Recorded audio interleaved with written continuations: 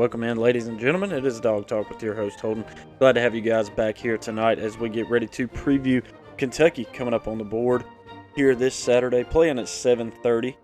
Got the late, get real country with it real quick. Got the late night game in Lexington, Kentucky.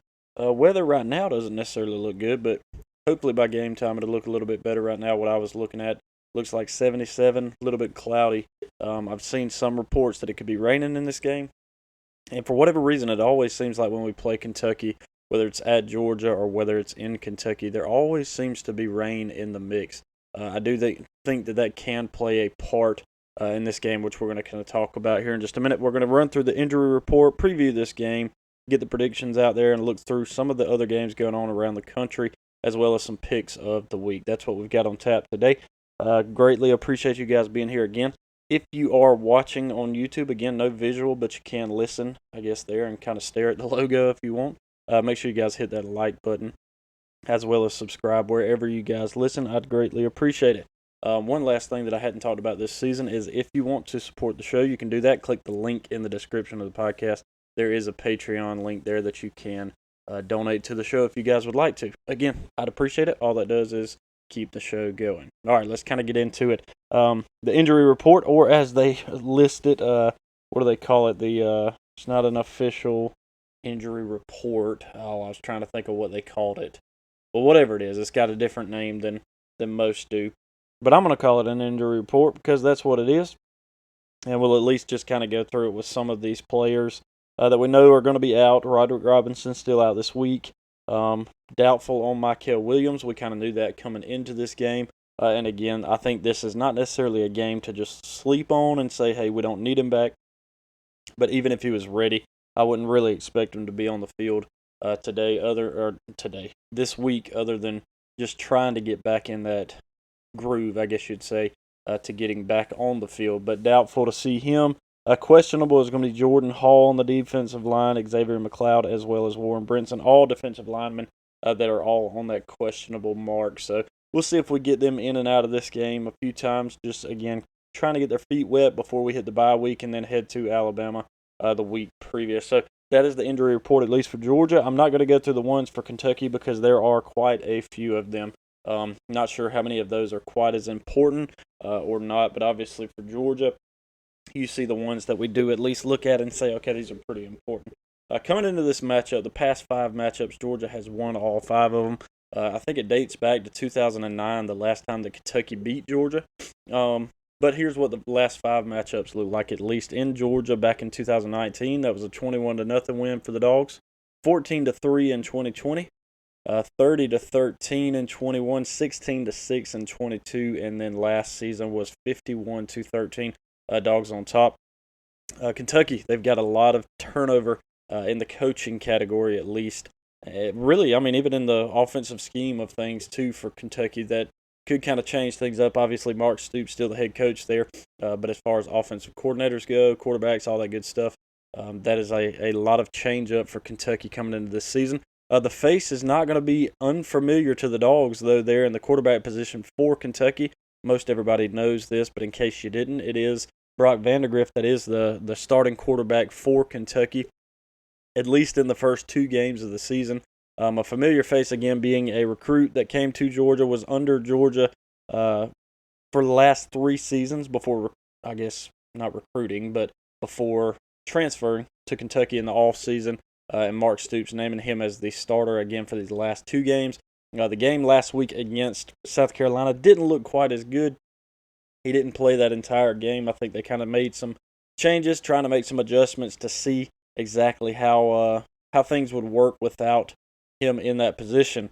Not necessarily without him in that position, but as much as just trying to make a change and seeing what could really happen in that game. Because, again, Kentucky did not look good against South Carolina last week. A game that I really thought Kentucky would look a little bit better in, and they just didn't. I thought Kentucky would be the better of South Carolina, and that was not the case. And this was also a game that was in Lexington, so it was kind of surprising to see the Kentucky Wildcats going down 31-6 in that game again at home. Always tough to see when you go down, but it's even tougher when you're going down in your home stadium as well. And the kind of strange thing about it is that's the first game of the SEC at all in this season. So South Carolina is now the number one team in the SEC, and Kentucky is now on the bottom of the SEC, fighting their way up. So just kind of an interesting thing there. Brock Vandagriff, back to him though. He goes 3 for 10 last week, only for 30 yards and 1 interception. So far on the season, his stat line looks like this. He's only thrown the ball 28 times in 2 games, right at 200 yards, got 3 touchdowns and 2 interceptions already in the first 2 games of the season. So not necessarily the most fun start for him there at Kentucky, and it's going to get a lot tougher when he plays Georgia. The only good thing is, hey, he does have a little insight to what the Dogs can do. He has practiced against this defense many a time, again, being at Georgia, so that is something that could be helpful to him, for him. I don't know. We're going to see. Kirby has always and will always give great coach speak when it comes to talking about a previous player, and obviously everybody loved Brock when he came in and wished the best for him when he went out the door, headed to Kentucky. So we wish the best for him in this game as well. Well, really, I guess the best way to put it is we wish the best for him moving forward, but not necessarily in this game, because we can be friends, and then when we play each other, you kind of become enemies, at least for 60 minutes. So it's going to be interesting to see how things go with him. Will they decide to start Gavin Wimsatt instead? I don't know. I'm not necessarily thinking that that's what's going to happen. I've got a pretty good feeling that Stoops is going to keep Brock in there, even after taking him out later in that game against South Carolina, to try to get something going. I've got a feeling Brock's going to get the start in this one. And we're going to see. We're going to see how things go for him. But I expect Georgia's defense to really kind of wreak havoc on Kentucky's line. I mean, last week, Brock Vandagriff and company got sacked 4 times, and there were 13 tackles for loss in this game. Actually, it was 5 times, and 11 tackles for loss in this one. I was reading South Carolina stats there. But regardless, on both sides of the ball, Kentucky offensively, very lackluster last week again. And I don't necessarily want to make the comparison, but it's the main comparison we have in an SEC matchup that has happened. Kentucky only threw the ball 17 times for 44 yards last week and only threw 2 interceptions. That was the only positive, if you want to look at anything, was more for South Carolina, but 139 yards on the ground. Again, just a game that was ugly overall. Not what I was expecting at all in it. 252 yards for South Carolina and 183 total for Kentucky in that game. They weren't very good on third downs, 3 for 14 in that game. And again, just overall, just a really ugly football game for Kentucky. And I hope that trend kind of continues this week, not necessarily on Kentucky's part, but more on Georgia's part, because, again, I think coming into this game, Georgia's offense is clicking on all cylinders after the past 2 weeks of football, especially that second half against Clemson in the first week. And I think that's going to continue here, too. We know what Georgia's defense is year in and year out, and so far this season, it has looked really good. And things that have looked even better, going all the way back to the Florida State game last year in the Orange Bowl. I mean, Georgia's given up 3 points a game right now since that. Literally, it's been 3 points the last 3 times Georgia has gotten on the football field. So that's just kind of an interesting stat line to look at and think about there. Carson Beck coming into this game, 41 for 58, 520 yards, 7 touchdowns, no interceptions on the season. The rusher that's leading the category right now is Nate Frazier at 17 touches, 111 yards, 1 touchdown. Arian Smith is the leading wide receiver, 9 receptions, 129 yards, and 1 touchdown.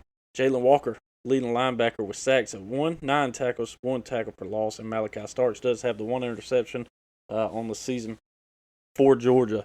Again, Kentucky didn't look very good last week. Did not look good at all.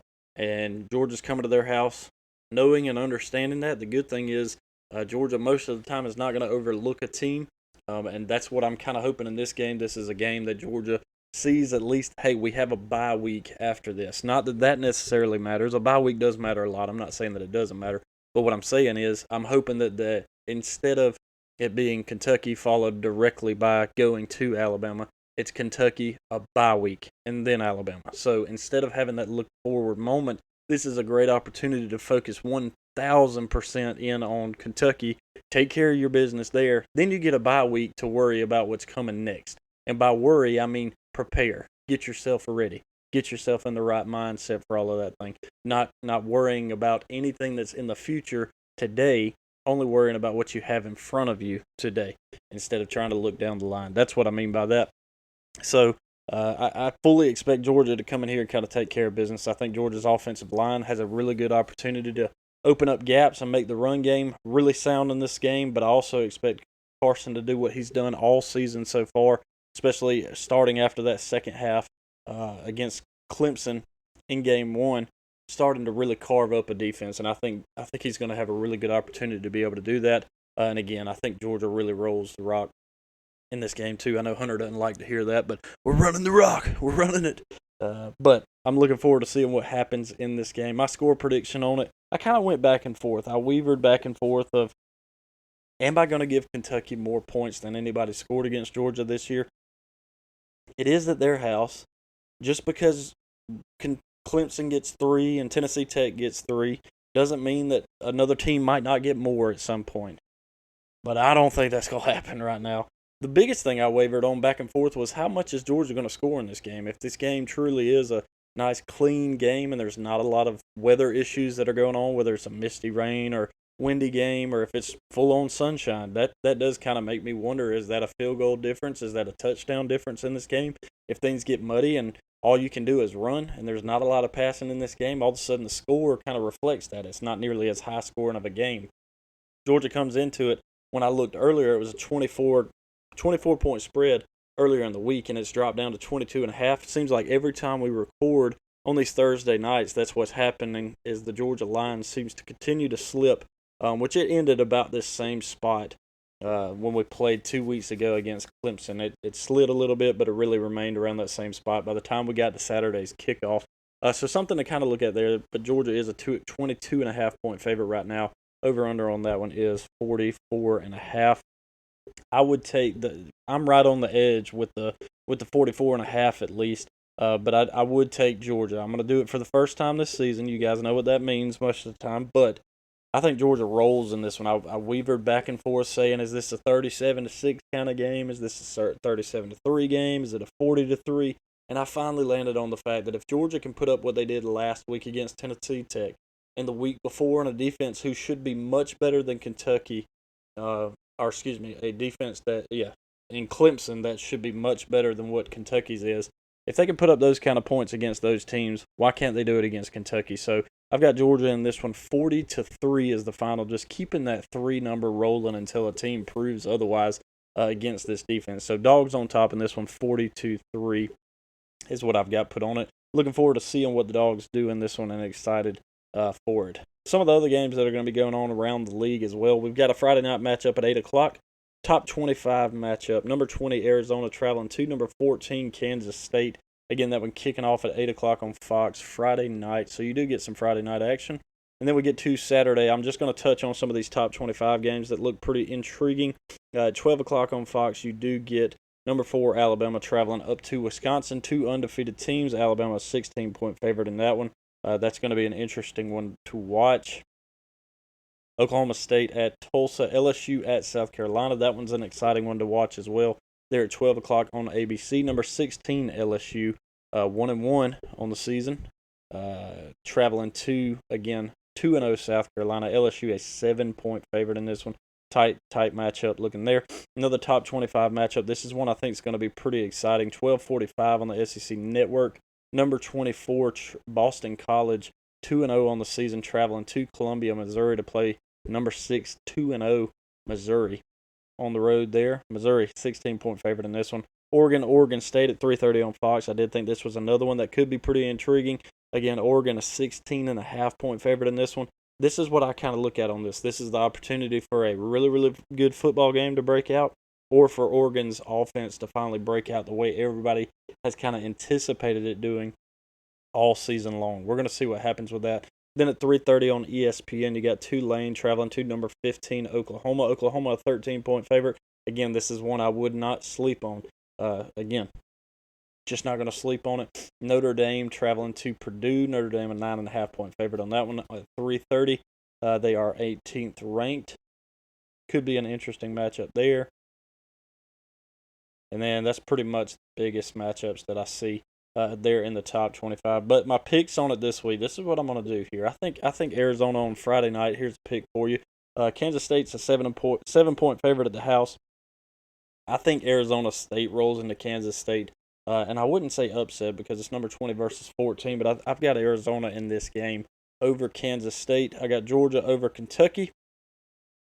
I've got Alabama over Wisconsin. I feel like Wisconsin can keep it within that 16, but it could be that chance for Alabama to really roll in this one.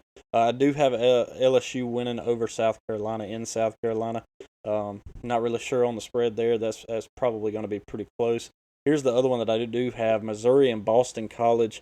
I've got Missouri winning this, but I think Boston College covers that 16. And then in the Oregon State game, I've also got Oregon State keeping it closer than that 16.5, so I'd take that plus 16.5 for Oregon State over Oregon.